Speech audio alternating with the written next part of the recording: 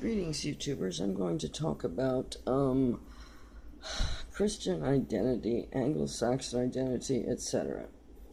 Now, there's an awful lot been written pro and con, but there is a critical prophecy in Jeremiah 51:20 called the Battle Axe prophecy by these people. And without this, just about everything else that they can point to falls into the category of irrelevance. History, of accident, whatever. Not important.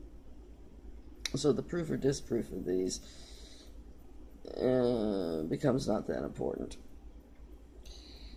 The Battle Axe prophecy is, and this is Jeremiah 51:20 in the King James Version, which draws on the Masoretic later text of Jeremiah scroll, and in the Septuagint version it is chapter 28.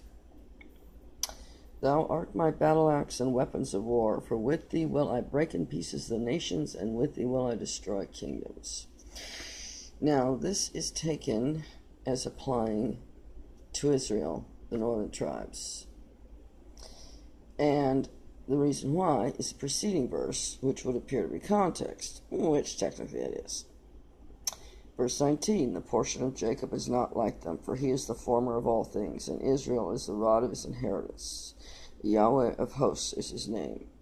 All capital letters there. So it's, that's what the Hebrew says, YHWH, instead of Adonai.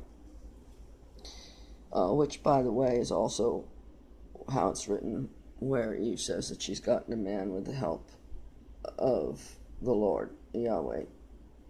So much for the serpent seed story about Cain. But the larger context is this.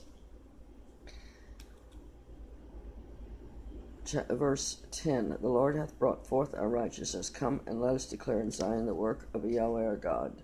Make bright the arrows, gather the shields. The Yahweh hath raised up the spirit of the king of the Medes, for his device is against Babylon to destroy it, because it is the vengeance of the Yahweh, the vengeance of his temple.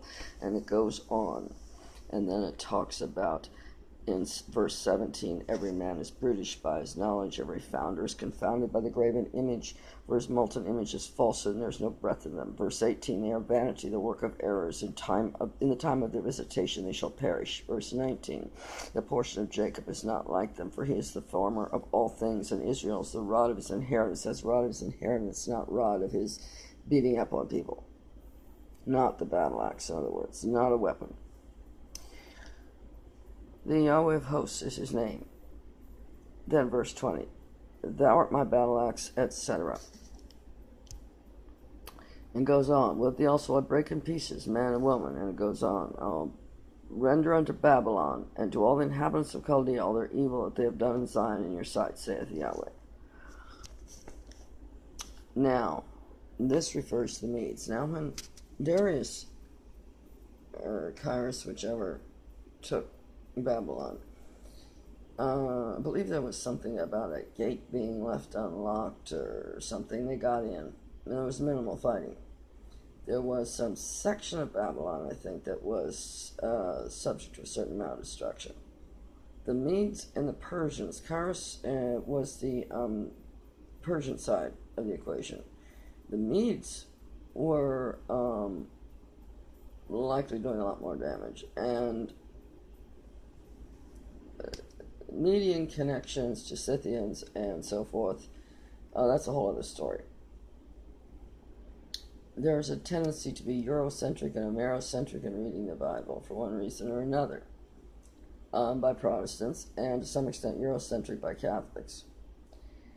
But the Bible and prophecy is Israel-centric, okay?